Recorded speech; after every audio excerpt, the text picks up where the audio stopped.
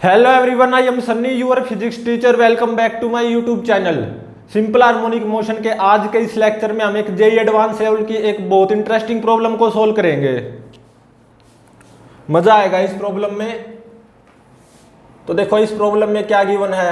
Acceleration due to gravity near the surface of earth g given है, ठीक है। और मान लो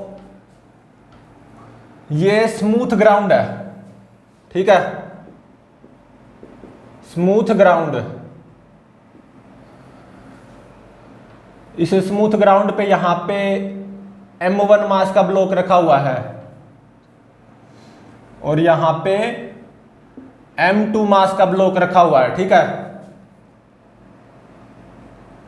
और मान लो ये दोनों ब्लॉक एक मासलेस स्प्रिंग से कनेक्टेड है। इस स्प्रिंग का स्प्रिंग कांस्टेंट है कैपिटल के, ठीक है। और यहां पे ये जो स्प्रिंग है ना, ये नेचुरल लेंथ पोजीशन में है, ठीक है। तो जब ये स्प्रिंग नेचुरल लेंथ पोजीशन में है तो मान लो इस स्प्रिंग की लंबाई है L0, ठीक है।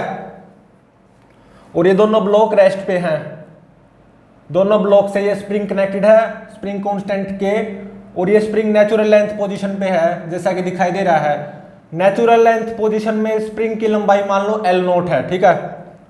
अब मैं क्या करूंगा, with the help of these two blocks इस स्प्रिंग को कंप्रेस करना शुरू करूंगा, ठीक है। और इस स्प्रिंग में मैं X0 कंप्रेशन ले आऊंगा, ठीक है। तो मैं यहां पे स्प्रिंग में कंप्रेशन ले आ चुका हूं, कितनी X0। तो देख सकते हो स्प्रिंग कंप्रेस हो चुका है बिल्कुल। तो जब ये स्प्रिंग नेचुरल लेंथ पोजीशन पे था तो स्प्रिंग की लंबाई क्या थी, L0, नेचुरल लेंथ में स्प्रिंग की लंबाई। अब मैंने with the help of these two blocks इस स्प्रिंग को कंप्रेस कर दिया और इस स्प्रिंग में कितनी कंप्रेशन ले आया, X0, ठीक है। तो यहां पे कितनी लंबाई हो जाएगी स्प्रिंग की इस कंप्रेशन स्टेट में, L0 माइनस X0, सीधी सी बात है। और मैं यहां पे अभी भी इन दोनों ब्लॉक्स को ऐसे पकड़े हुए हूं और ये जो मेरा स्प्रिंग है मैक्सिमम कंप्रेशन स्टेट में है। कितनी कंप्रेशन है, X0, ठीक है। तो अब मैं क्या करूंगा, इन दोनों ब्लॉक्स को रेस्ट से रिलीज कर दूंगा, ऐसे दोनों ब्लॉक्स को यहां से रेस्ट से रिलीज कर दिया साइमल्टेनियसली, ठीक है। तो देखो क्या होगा, स्प्रिंग में कंप्रेशन कम होती जाएगी, बिल्कुल। M1 मास का ब्लॉक इस तरफ चलेगा, M2 मास का ब्लॉक इस तरफ चलेगा, स्प्रिंग में कंप्रेशन कम होती जाएगी। तो मेरा स्प्रिंग एक मोमेंट के लिए नेचुरल लेंथ पोजीशन पे भी आएगा, ठीक है। देख सकते हो स्प्रिंग नेचुरल लेंथ पोजीशन पे आ चुका है एक मोमेंट के लिए, ठीक है।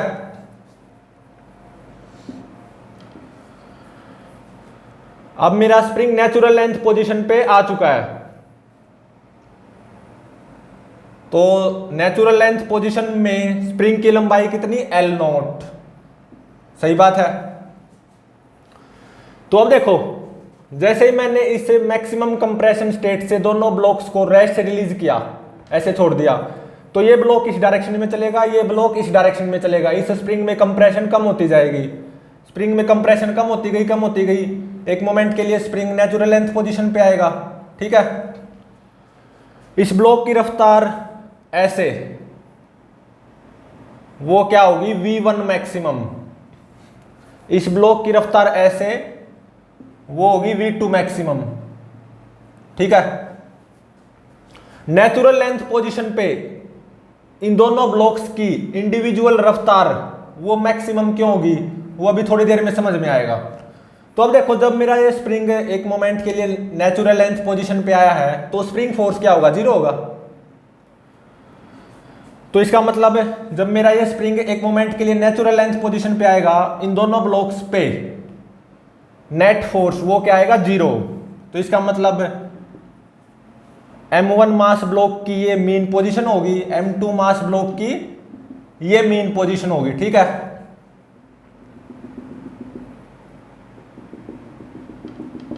सही बात है। तो अब देखो फिर इसके बाद में क्या होगा, ये स्प्रिंग इलोंगेट होना शुरू होगा। ठीक है, इलोंगेट होना शुरू होगा तो इस ब्लॉक पे ऐसे स्प्रिंग फोर्स आएगा, इस ब्लॉक पे ऐसे स्प्रिंग फोर्स आएगा। जब ये मेरा स्प्रिंग इलोंगेट होना शुरू होगा तो इन दोनों ब्लॉक्स की रफ्तार कम होती जाएगी, जब ये मेरा स्प्रिंग इलोंगेट होना शुरू होगा। ठीक है, ऐसे इन दोनों ब्लॉक्स की रफ्तार कम होती जाएगी। तो m1 ब्लॉक यहां पे इस पोजीशन पे एक मोमेंट के लिए रेस्ट पे आएगा, m2 ब्लॉक यहां पे इस पोजीशन पे एक मोमेंट के लिए रेस्ट पे आएगा, साइमल्टेनियसली दोनों रेस्ट पे आएंगे। ठीक है, और यहां पे स्प्रिंग में इलोंगेशन क्या होगी, मैक्सिमम। ठीक है, स्प्रिंग मैक्सिमम इलोंगेटेड स्टेट में है, ये मैक्सिमम इलोंगेशन। ठीक है, दोनों साइमल्टेनियसली रेस्ट पे आएंगे। तो अब देखो मेरा स्प्रिंग मैक्सिमम कंप्रेशन स्टेट में है, स्प्रिंग में मैक्सिमम कंप्रेशन कितनी, x नोट। इस सिस्टम को मैंने रेस्ट से रिलीज कर दिया, दोनों ब्लॉक्स को साइमल्टेनियसली ऐसे छोड़ दिया, रेस्ट से रिलीज कर दिया। इस स्प्रिंग में कंप्रेशन कम होती जाएगी। ठीक है, तो दोनों ब्लॉक्स की रफ्तार बढ़ती जाएगी, लेकिन दोनों ब्लॉक्स का एक्सेलरेशन कम होता जाएगा। ठीक है, तो जब मेरा ये स्प्रिंग एक मोमेंट के लिए नेचुरल लेंथ पोजीशन पे आएगा तो दोनों ब्लॉक्स का एक्सेलरेशन क्या होगा, 0। तो इसका मतलब ये दोनों ब्लॉक्स की इंडिविजुअल मतलब अपनी अपनी मीन पोजीशन होंगी, रफ्तार क्या होगी दोनों ब्लॉक्स की, v1 मैक्सिमम v2 मैक्सिमम। ठीक है, फिर इसके बाद में ये स्प्रिंग इलोंगेट होना शुरू होगा, इलोंगेट होगा तो इस ब्लॉक पे ऐसे स्प्रिंग फोर्स आएगा, इस ब्लॉक पे ऐसे स्प्रिंग फोर्स आएगा, वो रफ्तार को घटाएगा, दोनों ब्लॉक्स की रफ्तार को घटाएगा। ठीक है, तो ये दोनों ब्लॉक्स यहाँ पे कुछ इस पोजीशन पे एक मोमेंट के लिए रेस्ट पे आएंगे जब इस स्प्रिंग में मैक्सिमम इलोंगेशन आएगी। ठीक है,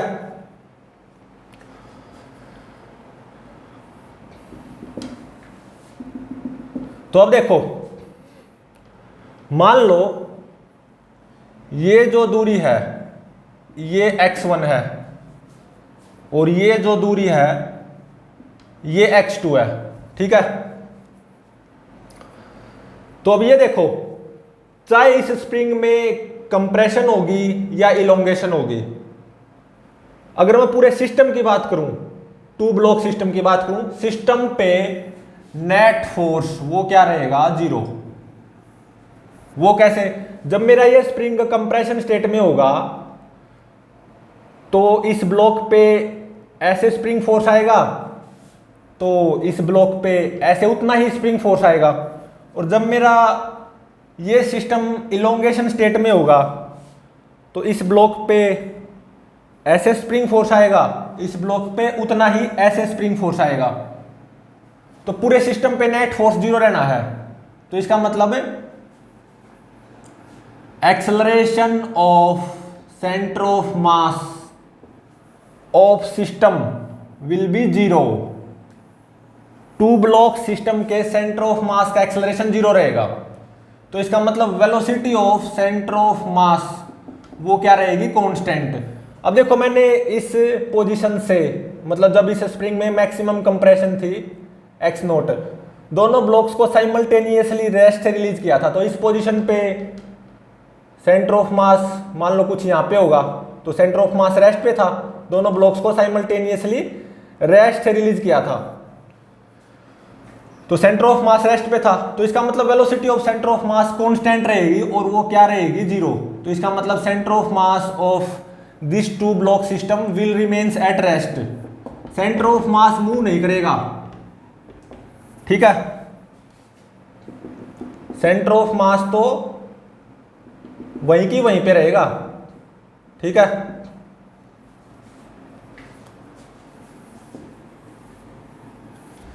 तो अब देखो velocity of centre of mass will be 0, centre of mass rest पे रहेगा। मैंने इन दोनों ब्लॉक्स को इस पोजीशन से साइमल्टेनियसली रेस्ट रिलीज किया तो दोनों ब्लॉक्स इस डायरेक्शन में चलेंगे, स्प्रिंग में कंप्रेशन कम होती जाएगी। ठीक है, तो जब मेरा ये स्प्रिंग एक मोमेंट के लिए नेचुरल लेंथ पोजीशन पे आएगा तो यहां से यहां तक मान लो M1 ब्लॉक लेफ्ट की तरफ कितना डिस्प्लेस हुआ x1, M2 ब्लॉक राइट की तरफ कितना डिस्प्लेस हुआ x2। तो अब देखो सेंटर ऑफ मास रेस्ट पे रहेगा तो इसका मतलब M1 x1 किसके बराबर रहेगा, M2 x2, left is equal to right, M1 x1 is equal to M2 x2। ठीक है, और देखो ये कितनी थी L0 माइनस x0 और ये पूरी कितनी है L0। ठीक है, तो इसका मतलब x1 प्लस x2 वो किसके बराबर होना चाहिए, x0 के बराबर। ठीक है, तो अब देखो दो इक्वेशन है, दो ही अननोन है, x1 x2 दो अननोन है और ये दो ही इक्वेशन है। तो इन दोनों को सोल्व करके आप x1 और x2 की वैल्यूज निकाल सकते हो। x1 की वैल्यू क्या आएगी, M2 x0 divided by M1 plus M2, x2 की value M1 x0 divided by M1 plus M2। ठीक है, तो अब देखो ये मेरा स्प्रिंग एक मोमेंट के लिए नेचुरल लेंथ पोजीशन पे आया, दोनों ब्लॉक्स की रफ्तार मैक्सिमम होगी, इसकी v1 मैक्सिमम, इसकी v2 मैक्सिमम। ठीक है, मतलब जब मेरा ये स्प्रिंग एक मोमेंट के लिए नेचुरल लेंथ पोजीशन पे आएगा तब ये दोनों ब्लॉक्स अपनी अपनी मीन पोजीशन से पास हो रहे होंगे और इन ब्लॉक्स की रफ्तारें भी क्या होंगी, मैक्सिमम होंगी। ठीक है, फिर इसके बाद में क्या होगा, स्प्रिंग इलोंगेट होना शुरू होगा, स्प्रिंग में इलोंगेशन बढ़ती जाएगी और इन दोनों ब्लॉक्स की रफ्तार कम होती जाएगी, स्प्रिंग में मैक्सिमम इलोंगेशन आएगी, तब ये दोनों ब्लॉक्स एक मोमेंट के लिए साइमल्टेनियसली रेस्ट पे आएंगे। ठीक है, इन दोनों ब्लॉक्स का साइमल्टेनियसली रेस्ट पे आना जरूरी है क्योंकि सेंटर ऑफ मास रेस्ट पे रहना है हमेशा, सेंटर ऑफ मास यहीं का यहीं पे रहेगा। तो अब देखो इस पूरे सिस्टम का मोशन किसके अंडर है, स्प्रिंग फोर्स के अंडर ही है और स्प्रिंग फोर्स कंजर्वेटिव फोर्स है। तो इसका मतलब मैकेनिकल एनर्जी ऑफ सिस्टम वो क्या रहेगी, कंजर्व्ड। ठीक है, और मान लो जब ये स्प्रिंग इलोंगेट होना शुरू होगा दोनों ब्लॉक्स की रफ्तार कम होती जाएगी और जब ये दोनों ब्लॉक्स एक मोमेंट के लिए रेस्ट पे आएंगे साइमल्टेनियसली तब ऑब्वियसली स्प्रिंग में मैक्सिमम इलोंगेशन होगी। तो मान लो ये M1 ब्लॉक इस तरफ कितना चला, मान लो x1 डैश चला, M2 ब्लॉक राइट की तरफ कितना चला, x2 डैश। ठीक है, तो देखो ये क्या है, L0। ठीक है, तो सेंटर ऑफ मास रेस्ट पे रहना, तो इसका मतलब M1 x1 डैश किसके बराबर होगा, M2 x2 dash, left is equal to right. ठीक है, और देखो mechanical energy of system conserve रहेगी क्योंकि इस सिस्टम का मोशन केवल स्प्रिंग फोर्स के अंडर ही है जो कि कंजर्वेटिव फोर्स होता है। तो इस स्टेट पे जब मेरा ये स्प्रिंग इनिशियली मैक्सिमम कंप्रेशन में था x0, तो इस स्टेट पे सिस्टम की मैकेनिकल एनर्जी वो क्या होगी, काइनेटिक एनर्जी तो जीरो होगी, तो केवल इलास्टिक स्प्रिंग पोटेंशियल एनर्जी होगी, वो क्या होगी 1/2 के x0 स्क्वायर। स्प्रिंग का स्प्रिंग कांस्टेंट क्या है, k। ठीक है, तो इस स्टेट पे मतलब जब मेरा स्प्रिंग मैक्सिमम कंप्रेशन में होगा तो मैकेनिकल एनर्जी किसके बराबर आएगी, हाफ के x0 स्क्वायर के बराबर। ठीक है, क्योंकि स्प्रिंग में कंप्रेशन x0 है ना और दोनों ब्लॉक्स एक मोमेंट के लिए रेस्ट पे हैं। जब मेरा स्प्रिंग मैक्सिमम कंप्रेशन x0 में होगा तो काइनेटिक एनर्जी तो जीरो होगी, तो केवल इलास्टिक स्प्रिंग पोटेंशियल एनर्जी होगी। ये किसके बराबर होगी? इस पोजीशन पे मैकेनिकल एनर्जी के बराबर। काइनेटिक एनर्जी जीरो, तो केवल इलास्टिक स्प्रिंग पोटेंशियल एनर्जी आएगी। स्प्रिंग में इलोंगेशन कितनी? x1 dash plus x2 dash, तो 1/2 के x1 dash plus x2 dash का स्क्वायर। ठीक है, तो 1/2 के से 1/2 के कैंसिल हो गया, तो इसका मतलब x1 dash plus x2 dash किसके बराबर आ गया? x0 के बराबर आ गया। ठीक है, तो ये और ये दो इक्वेशन है, दो अननोन है। दो अननोन कौन से x1 डैश और x2 डैश, तो इन दोनों को आप सोल्व कर सकते हो। तो x1 डैश किसके बराबर आएगा? x1 के ही बराबर आएगा, m2 x0 divided by m1 plus m2, और x2 डैश x2 के बराबर आएगा, पक्का है ये, m1 x0 divided by m1 plus m2। ठीक है, सही है। तो इस स्प्रिंग में मैक्सिमम इलोंगेशन वो कितनी आई? x1 dash plus x2 dash obviously, और वो x0 के बराबर आई।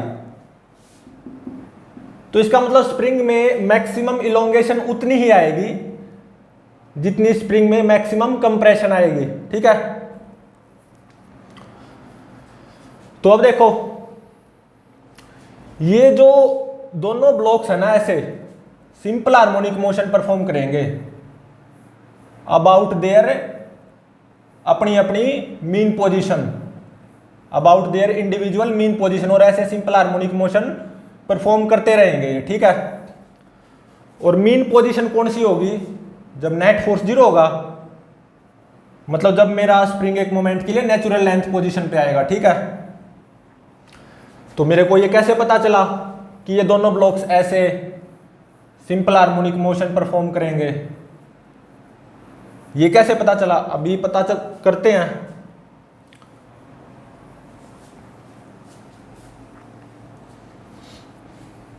तो देखो अभी ये सुनिश्चित करते हैं कि ये दोनों ब्लॉक्स सिंपल हार्मोनिक मोशन कैसे परफॉर्म करेंगे।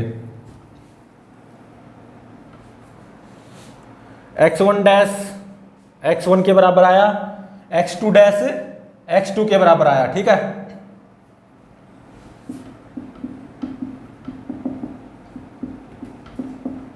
रिजल्ट तो लिखना होगा ना, x2 डैश x2 के बराबर आया। ठीक है, अब ये दोनों ब्लॉक्स ऐसे सिंपल हार्मोनिक मोशन परफॉर्म करेंगे। स्प्रिंग में मैक्सिमम कंप्रेशन x0 आएगी, स्प्रिंग में मैक्सिमम इलोंगेशन वो भी x0 आएगी, और दोनों ब्लॉक्स साइमल्टेनियसली रेस्ट पे आएंगे। यहां पे जब स्प्रिंग में मैक्सिमम कंप्रेशन आएगी x0, दोनों ब्लॉक साइमल्टेनियसली रेस्ट पे आएंगे, और जब स्प्रिंग में मैक्सिमम इलोंगेशन आएगी x0, तो दोनों ब्लॉक साइमल्टेनियसली रेस्ट पे आएंगे, और इस टू ब्लॉक सिस्टम का सेंटर ऑफ मास वहीं का वहीं पे रहेगा, रेस्ट पे। ठीक है, और दोनों ब्लॉक्स की डायरेक्शन ऑफ मोशन अपोजिट होगी, होना जरूरी है क्योंकि सेंटर ऑफ मास रेस्ट पे रहेगा ना, velocity of centre of mass will be zero. तो अब देखो इस डायरेक्शन को मैं पॉजिटिव मानूंगा, इस डायरेक्शन को नेगेटिव। अब कौन सी स्टेट मानूंगा मैं? जब ये स्प्रिंग थोड़ा सा इलोंगेट होगा, वो स्टेट मानने जा रहा हूं अब। ठीक है,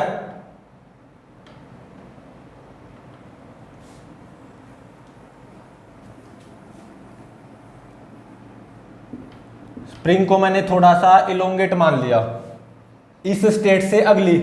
ठीक है, और मान लो कितना इलोंगेट माना? x1 double dash. स्प्रिंग में इलोंगेशन आएगी x1 double dash plus x2 double dash, मतलब जब मेरा स्प्रिंग एक मोमेंट के लिए नेचुरल लेंथ पोजीशन पे आया, उसके बाद में स्प्रिंग इलोंगेट होना शुरू होगा। तो m1 मास का ब्लॉक कितना चला, x1 डबल डैश लेफ्ट की तरफ, और ऐसे में m2 मास का ब्लॉक राइट की तरफ कितना चला, x2 डबल डैश। तो स्प्रिंग में इलोंगेशन कितनी आई, x1 double dash plus x2 double dash. यहां पे स्प्रिंग में इलोंगेशन कितनी है, x1 double dash plus x2 double dash, ठीक है। और ये स्प्रिंग की कौन सी पोजीशन है, नेचुरल लेंथ पोजीशन। यहां पे स्प्रिंग नेचुरल लेंथ पोजीशन पे है, देख सकते हो स्प्रिंग की लंबाई क्या है, L नोट। अब इसके बाद की जो पोजीशन होगी ना, m1 ब्लॉक थोड़ा इस तरफ चलेगा, m2 ब्लॉक थोड़ा सा इस तरफ चलेगा। m1 ब्लॉक कितना चला, x1 double dash, m2 block x2 double dash. तो यहां पे स्प्रिंग में इलोंगेशन कितनी है, x1 double dash plus x2 double dash. m1 block की कुछ रफ्तार होगी, बिल्कुल होगी। m2 ब्लॉक की भी कुछ रफ्तार होगी, बिल्कुल होगी। सेंटर ऑफ मास तो वहीं का वहीं पे रहेगा, रेस्ट पे, ठीक है। तो अब देखो m1 x1 डबल डैश किसके बराबर होगा, m2 x2 डबल डैश के बराबर, क्योंकि सेंटर ऑफ मास रेस्ट पे रहना है, बिल्कुल होगा। और ये कौन सी पोजीशन है m1 ब्लॉक की, ये वाली, देखो ये वाली, जब मेरा ये स्प्रिंग एक मोमेंट के लिए नेचुरल लेंथ पोजीशन पे आया था, ये मेरी m1 ब्लॉक की मीन पोजीशन थी, और ये m2 ब्लॉक की मीन पोजीशन थी, ठीक है। इस डायरेक्शन को पॉजिटिव ले रहा हूं, इस डायरेक्शन को नेगेटिव। तो इस इलोंगेटेड स्टेट में इस m1 ब्लॉक पे ऐसे स्प्रिंग फोर्स आएगा, ठीक है। m1 ब्लॉक पे देखो कितना स्प्रिंग फोर्स आया, m1 ब्लॉक के लिए स्टडी कर लेते हैं, सिमिलरली वही m2 ब्लॉक के लिए हो जाएगा।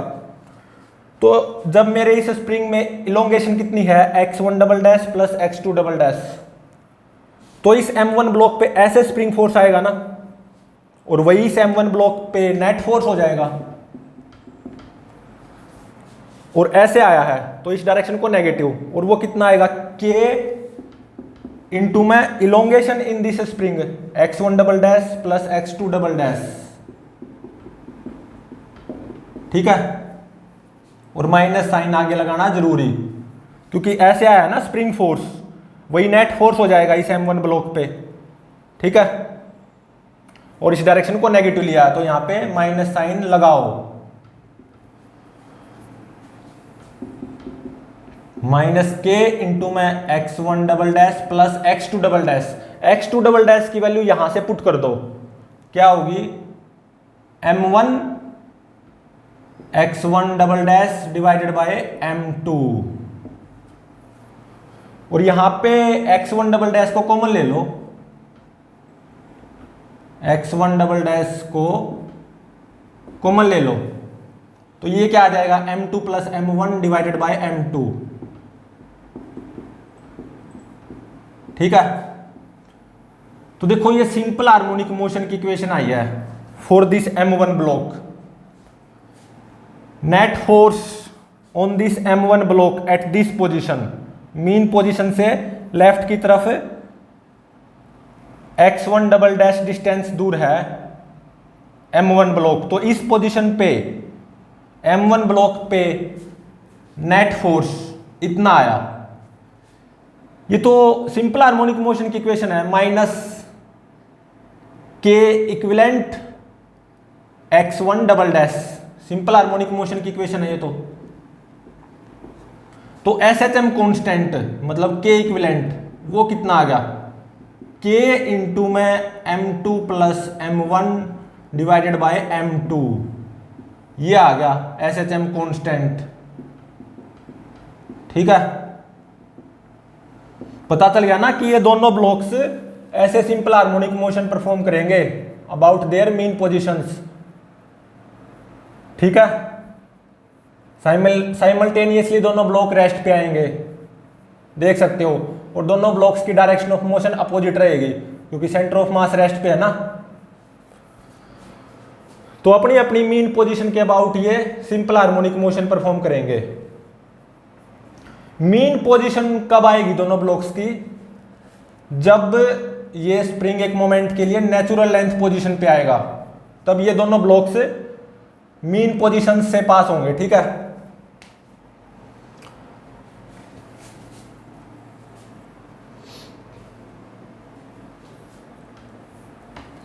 तो अब देखो सिस्टम की मैकेनिकल एनर्जी कंजर्व रहेगी, दोनों ब्लॉक्स ऐसे सिंपल हार्मोनिक मोशन परफॉर्म करते रहेंगे। ठीक है, इस ब्लॉक के सिंपल हार्मोनिक मोशन का एम्पलीट्यूड वो क्या होगा? x1, और इस ब्लॉक के सिंपल हार्मोनिक मोशन का एम्पलीट्यूड वो क्या होगा? x2। x1 पता, x2 पता। ठीक है, तो दोनों ब्लॉक्स के सिंपल हार्मोनिक मोशन का एम्पलीट्यूड्स मेरे को पता चल गया, और दोनों ब्लॉक्स के सिंपल हार्मोनिक मोशन के एक ऑसिलेशन का टाइम ऑब्वियसली सेम आएगा, और वो कितना आएगा? 2 पाई इंटू में रूट m1 ब्लॉक के लिए देख लो, वही m2 ब्लॉक के लिए हो जाएगा 2 पाई इंटू में रूट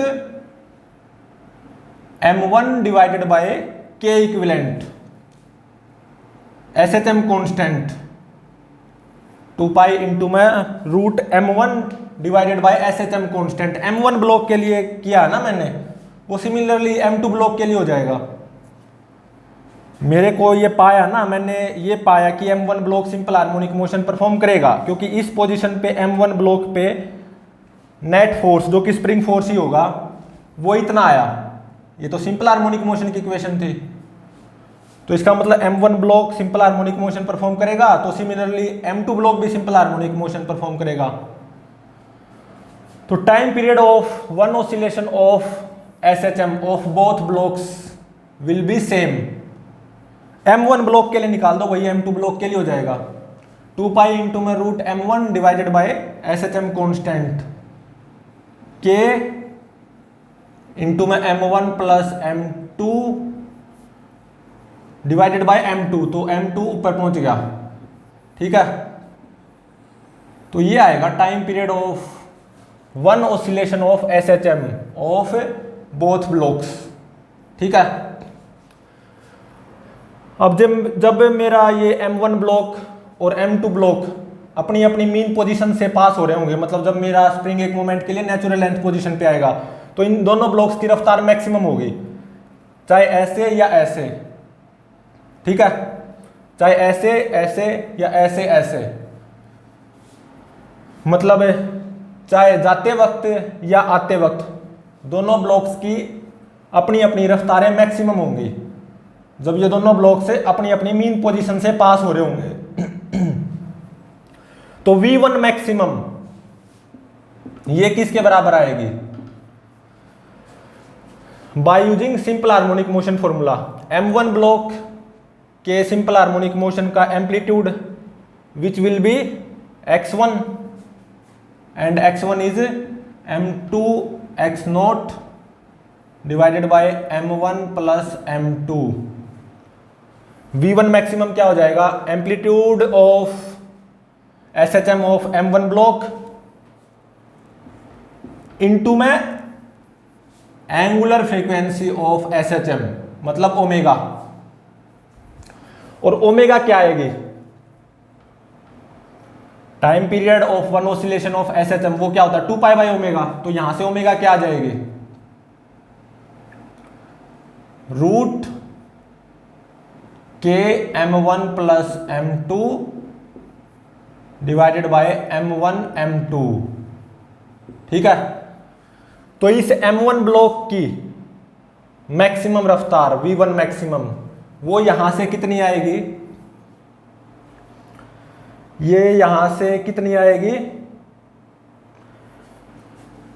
x0 इंटू में रूट के m2 divided by m1 m2 plus m1 square, इतनी आएगी m1 m2 plus m1 square. ठीक है, इसको अच्छे से सोल्व करोगे ना तो ये इतनी ही आ जाएगी। ठीक है, तो m2 ब्लॉक की मैक्सिमम रफ्तार v2 मैक्सिमम, वो क्या हो जाएगी सिमिलरली m2 ब्लॉक के सिंपल हार्मोनिक मोशन का एम्पलीट्यूड x2 इंटू में ओमेगा, ठीक है,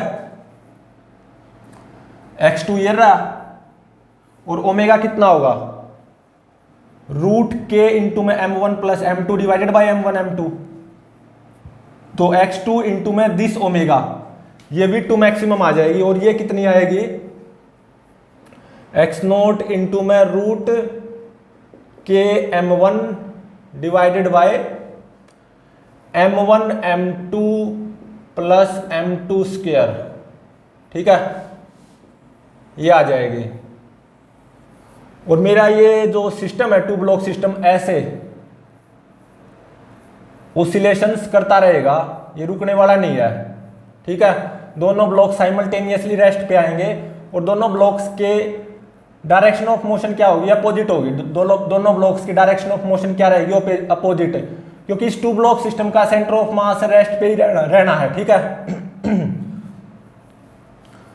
तो दोनों blocks simple harmonic motion perform करेंगे अबाउट देयर मीन पोजीशंस।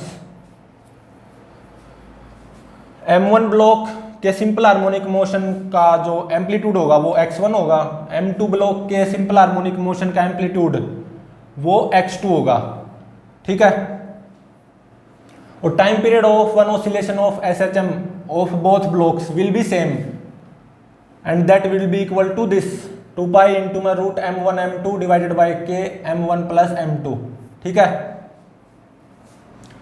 और यहां पे सिस्टम की मैकेनिकल एनर्जी कंजर्व रहेगी क्योंकि ग्राउंड स्मूथ है ना, इस पूरे सिस्टम का मोशन केवल किसके अंडर है स्प्रिंग फोर्स के अंडर, और वो कंजर्वेटिव फोर्स है, तो इसका मतलब सिस्टम की मैकेनिकल एनर्जी कंजर्व रहेगी, ठीक है।